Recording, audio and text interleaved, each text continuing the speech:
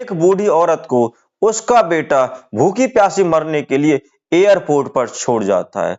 अंत में जब वही बूढ़ी औरत करोड़पति बन जाती है और उसके दोनों बेटों को अपनी अपनी करनी का जो फल मिलता है, आखिर वह बेटा अपनी माँ को एयरपोर्ट पर क्यों छोड़ गया था, पूरी जानकारी लेने के लिए, पूरी सच्चाई जानने के लिए वीडियो में अंत तक बने रहिए। आपसे हमारी वही प्यारी सी रिक्वेस्ट है, यदि आप वीडियो पर नए आए हैं तो वीडियो को लाइक कीजिए, चैनल को सब्सक्राइब कीजिए ताकि मेरा हौसला बढ़ता रहे। नमस्कार दोस्तों, स्वागत है आपका हमारे YouTube चैनल में। दोस्तों, एक बूढ़ी औरत होती है जिसका नाम सावित्री होता है। उसका एक बेटा होता है, उसका नाम शिवम होता है। शिवम जो अमेरिका में रहा करता है, वहीं पर काम किया करता है। वह अपनी माँ को अमेरिका ले जाने के लिए एयरपोर्ट पर ले जाता है और वहां पर कुर्सियों पर बिठा देता है और अपनी माँ से कहता है कि माँ जी आप यहीं थोड़ी देर बैठिए, मैं थोड़ा सा काम निपटा के आता हूँ। और वह काम निपटाने के लिए चला जाता है, एयरपोर्ट के अंदर घुस जाता है और माँ को वहां बैठे हुए 5-6 घंटे हो जाते हैं, लेकिन उसका बेटा शिवम वापस नहीं आता है। माँ इंतजार करते करते थक जाती है, उसे भूख प्यास लग रही होती है, लेकिन वह किसी से कुछ नहीं कहती है। उसी एयरपोर्ट पर एक अनिल नाम का लड़का काम कर रहा होता है, साफ सफाई का। वह उस बूढ़ी औरत को बैठे हुए देखता रहता है और वह उसके पास जाके कहता है, माँ जी आपको कोई परेशानी है तो मुझे बताइए। तो वह बूढ़ी औरत कहती है कि बेटा मुझे कुछ परेशानी नहीं है। माँ जी आपको काफी देर हो गई बैठे बैठे, आपको कोई लेने वाला अभी आपके पास नहीं आया है। तो वह कहती है मेरा बेटा किसी जरूरी काम से गया है और वो मुझे थोड़ी देर में ले जाएगा। लेकिन अनिल मन ही मन में सोचता है कि ऐसा कौन सा जरूरी काम है जो 5-6 घंटे में पूरा नहीं हुआ, इसका बेटा अब तक नहीं आया। वह उस बूढ़ी औरत से कहता है, माँ जी आपको प्यास लगी है तो पानी ला के दे दूं, आपको खाना खाना तो खाना दे दूं। लेकिन वह बूढ़ी औरत कहती है कि जब मेरा बेटा आ जाएगा तब मैं उसी के साथ खाना खा लूंगी और उसके साथ पानी पी लूंगी। अब वह अनिल फिर से अपने काम में लग जाता है और काम करने लगता है। धीरे धीरे शाम हो जाती है, समय बीत जाता है। शाम होती है तो वह अनिल फिर उस बूढ़ी औरत के पास आता है कि माँ जी अभी तक आपका बेटा नहीं आया। तो वह कहती है बेटा शायद अभी तक उसका कोई जरूरी काम निपटा नहीं है। तो वह कहता है कि माँ जी आपको भूख लगी है तो खाना दे दूं और प्यास लगी तो पानी दे दूं। तो वह बूढ़ी औरत कहती है कि नहीं नहीं बेटा ऐसी कोई बात नहीं है, मेरा बेटा थोड़ी देर में आ जाएगा और मैं उसी के साथ खाना खा लूंगी। अब वह अनिल फिर वहां से चला जाता है और अपने काम में लग जाता है। धीरे धीरे शाम हो जाती है। अब अनिल की छुट्टी का समय हो जाता है और छुट्टी करके अपने घर जाने वाला होता है और जाने से पहले वह उस बूढ़ी औरत तरफ देखता है तो वह बूढ़ी औरत जो है कुर्सी पे बैठी बैठी सो जाती है। अब वह उस बूढ़ी औरत के पास आता है, लेकिन उसको जगाने की हिम्मत नहीं होती है और वह वहां से थोड़ी देर खड़ा होने के बाद वहां से अपने घर की ओर चला जाता है। घर जाने चला जाता है। अगले दिन जब सुबह अपने ड्यूटी पर आता है अनिल, तो वह उस बूढ़ी औरत को उसी कुर्सी पर बैठे हुए देखता है। अब वह समझ जाता है कि इस बेचारी बूढ़ी औरत को अब कोई लेने नहीं आएगा, इसका बेटा इसे छोड़कर कहीं चला गया है। अब जब वह उसके पास जाता है तो उसके पास बहुत सारी भीड़ खड़ी हो जाती है, क्योंकि बूढ़ी औरत बेहोश हो जाती है। अनिल को पता होता है कि बूढ़ी औरत बेचारी कल से भूखी है, प्यासी, इसने कुछ नहीं खाया, इसलिए इसकी तबीयत बिगड़ गई है। अब वह पानी लेके आता है और उस बूढ़ी औरत के लिए खाना लेके आता है। उस बूढ़ी औरत के मुंह पे पानी के छींटे मारता है। छींटे मारने से उस बूढ़ी औरत को होश आ जाता है। उससे कहता है कि माँ जी आप चिंता मत कीजिए, पानी पीजिए और खाना खाइए। अब वह बूढ़ी औरत पानी पीती है, खाना खाती है और खाना खाते खाते फूट फूट कर रोती रहती है और मन ही मन कहती है कि मेरा बेटा मुझे छोड़कर चला गया, मेरी सारी घर बार प्रॉपर्टी सबको बेच गया और मुझे भूखी प्यासी मरने के लिए यहाँ एयरपोर्ट पर छोड़ गया। इस तरह मन ही मन में सोचती रहती है। वह खाना खा लेती है। उसके बाद अनिल उससे कहता है कि माँ जी आप यहाँ कब तक बैठे रहेंगे, आप अपने घर चले जाइए। अगर आपके पास किराए के पैसे नहीं है तो मेरे से पैसे ले जाइए और अपने घर चले जाइए, आपका बेटा अब नहीं आएगा। इस बात को सुनकर वह बूढ़ी औरत जिसका नाम सावित्री होता है वो फूट फूट कर रोने लगती है और कहती है कि बेटा अब मैं कहाँ जाऊंगी, मेरा जो बेटा था मेरा घर बार सारी प्रॉपर्टी बेचकर अमेरिका में रहता, वो अमेरिका चला गया, अब मैं कहाँ जाऊंगी, कैसे जाऊंगी। वह इस तरह दुखी होती है और कुर्सी पे बैठी बैठी रोती रहती है। इस पर वह अनिल कहता है कि माँ जी कोई बात नहीं, चिंता मत करो, आप मेरे साथ चलना। तो वह इस तरह माँ जी से कहता है कि तुम मेरे साथ चलना। अब वह अपने काम में लग जाता है। शाम को जब उसको छुट्टी का वक्त होता है और छुट्टी करके जब वह घर जाने की तैयारी करता है तो वह देखता है कि उस कुर्सी पर उसकी बूढ़ी औरत कहीं भी दिखाई नहीं देती है। अब वह वहां से चली गई होती है। अब वह जैसे ही अपनी गाड़ी लेकर अपने घर जाता है तो रास्ते में फुटपाथ पर उससे वह बूढ़ी औरत दिखाई देती है। वो पैदल जा रही होती है, कहीं अपना फुटपाथ पर या किसी झुग्गियों में अपना रहने का ठिकाना देखती रहती है और उसके पीछे कुत्ते भौंक रहे होते हैं। अब उस माजी के पास जाकर गाड़ी को रोकता है और माजी से कहता है कि माजी आप कहाँ जा रही हैं? तो वह बूढ़ी औरत कहती है जहां मेरा भाग ले जाएगा, जहां मुझे भगवान ले जाएगा, मैं वहां जा रहा हूं, मेरा कोई ठिकाना तो है नहीं बेटा, मैं अब कहीं भी जा सकती हूँ।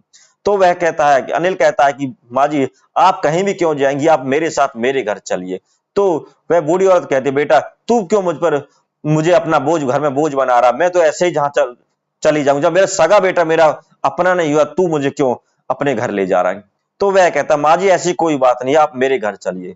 अनिल जो है अब फोन करके अपनी पत्नी से कहता है कि बूढ़ी औरत है, बिल्कुल बेचारा बेसारी, बिल्कुल हमारी माँ जैसी है, हमारे पास माँ बाप नहीं है, तुम कहो तो मैं उसे अपने घर ले आऊं।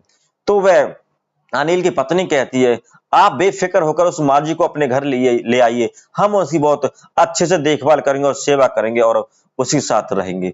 अब अनिल उसे सावित्री को अपनी गाड़ी में बैठाता है और अपने घर ले आता है। घर आते ही अनिल की पत्नी माँ जी को खाना खिलाती है, पानी पिलाती है, उसे नहलाने के लिए पानी देती है और उसे अच्छे कपड़े पहनाती है। अब इस तरह अपनी उस सावित्री की माँ जी की सेवा करते हैं और उसे माँ की तरह रखते हैं। अब अनिल की पत्नी माँ जी से कहते हैं कि माँ जी आप यहाँ आराम से रहिए और हमें अपना बेटा समझिए, आपको यहाँ किसी तरह की कोई तकलीफ नहीं होगी, किसी से कोई परेशानी नहीं होगी। इस पर बूढ़ी औरत कहती है कि मैं तुम्हारे पास रह लूं, कुछ काम धंधा कर लिया करूंगी, और वह काम धंधे के बारे में सोचती है। लेकिन अनिल की पत्नी कहती है माँ जी हमने आपको काम के लिए यहाँ नहीं लाया, आपकी हम सेवा करेंगे, आपको माँ बाप की तरह अपने पास रखेंगे, जैसा आप कहोगे ऐसा हम करेंगे। लेकिन वो बूढ़ी औरत मानती नहीं, वह कहती है कि मैं अपने घर में अभी सब्जी लाया करती थी, तुम कहो तो मैं बाजार जाकर तुम्हारे घर के लिए सब्जी ले आया करूँ, जिससे कि मेरा मन भी बहल जाएगा और मैं भी थोड़ा घूम फिर लिया करूंगी।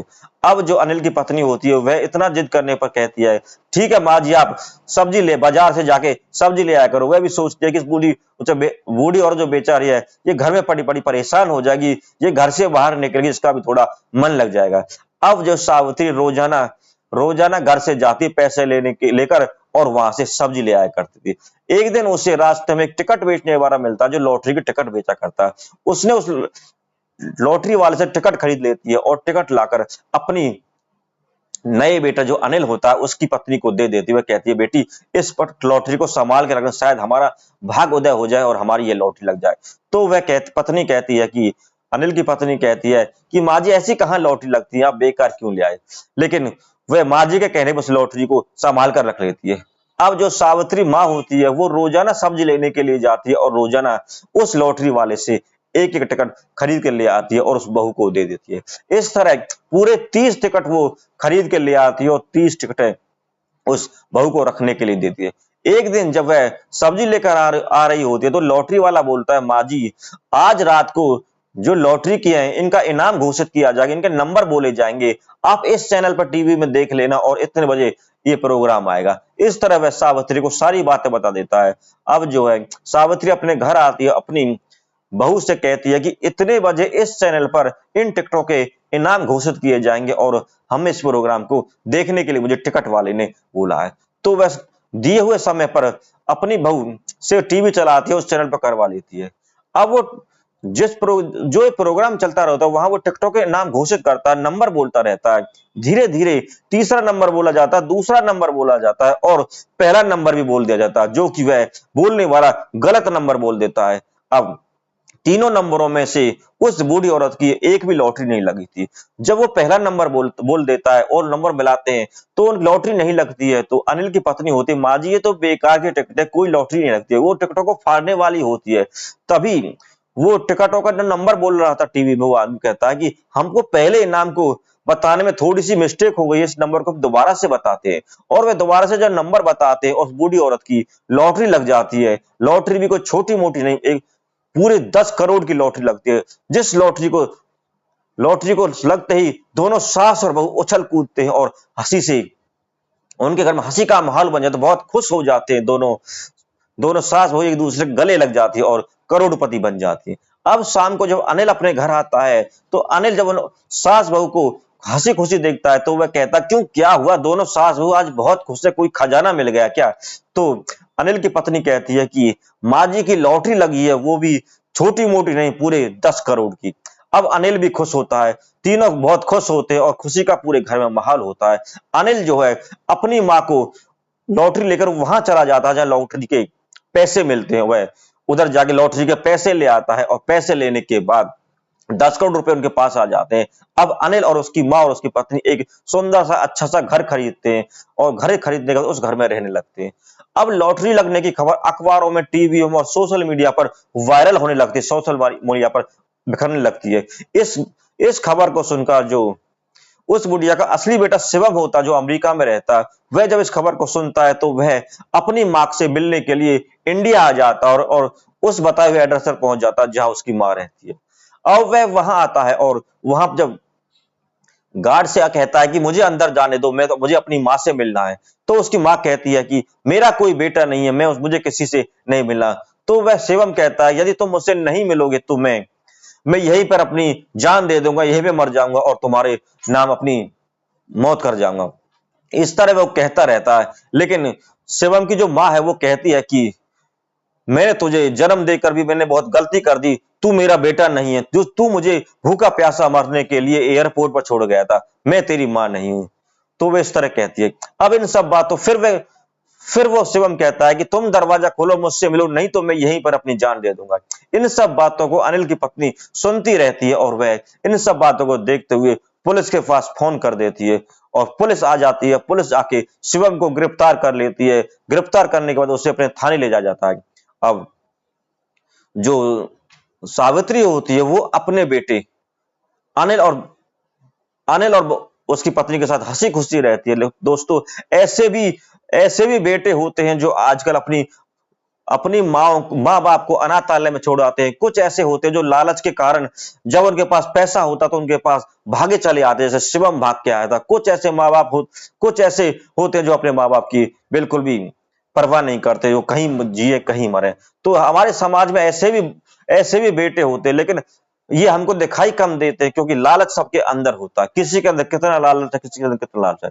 हमें इस तरह नहीं करना चाहिए। हमें अपने माँ बाप का ख्याल रखना चाहिए और बुढ़ापे में उनकी सेवा करनी चाहिए। इस तरह की कहानियां हम आपके सामने लेकर आते हैं। आपको ये हमारी कहानी कैसी लगी हमें कमेंट करके जरूर बताइएगा। धन्यवाद।